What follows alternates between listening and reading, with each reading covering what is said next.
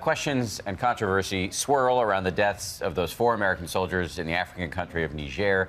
There will be a funeral today for the 25-year-old Sergeant LaDavid Johnson. Yeah, overnight in South Florida, hundreds of people, including friends, family, and just complete strangers, they all showed up for a public viewing. Sergeant Johnson, he leaves behind 2 children and a pregnant wife. Incredibly sad. Meanwhile, this morning, we're learning more about the ambush in which Sergeant Johnson and his 3 fellow soldiers were killed back on October 4th in a country where many Americans didn't even know we had military forces. Now, there have been conflicting reports from the military as to what happened in Niger. Secretary of Defense James Mattis, he went to Capitol Hill to brief Senator John McCain, who has been demanding more information, and it comes amidst a fresh war of words between the White House and a Florida congresswoman who listened in on a phone call between President Trump and the family of Sergeant Johnson. A lot to talk about this morning. We begin our coverage with ABC's David Wright, who's at the White House. David, good morning to you.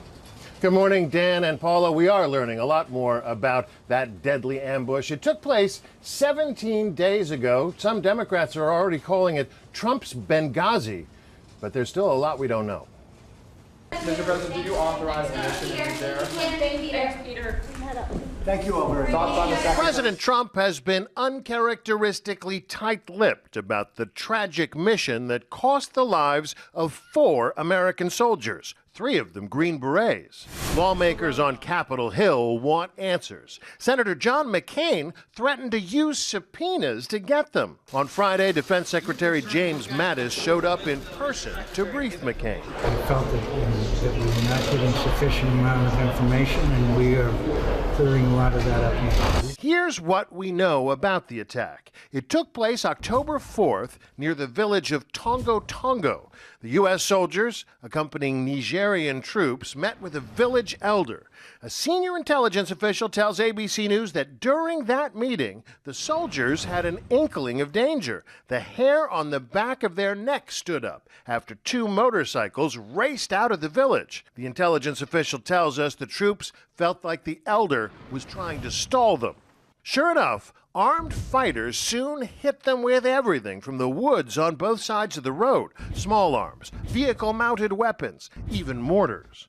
The U.S. team wasn't expecting combat. Their vehicles, unarmored, they had no U.S. air support, and French aircraft didn't get there until a half hour into the firefight. To date, the president has not said a thing about the mission itself. Instead, the conversation this week unraveled over how best to honor fallen troops and console their families, with White House Chief of Staff General John Kelly ultimately stepping in to smack down a Florida congresswoman who had listened to the president's call to a grieving widow. Kelly is a Gold Star father himself. On Friday, the White House press secretary went so far as to suggest that Kelly should have the last word on the matter. If you want to get into a debate with a 4-star Marine general, I think that that's something highly inappropriate. The president called him an elegant man, adding that he's doing a fantastic job. He was so offended that somebody would be listening to that call. He actually couldn't believe it. Bottom line, we still do not have a complete picture about what happened in Niger. The Pentagon is conducting an investigation with the FBI's help, and the Senate Armed Services under John McCain is likely to hold hearings.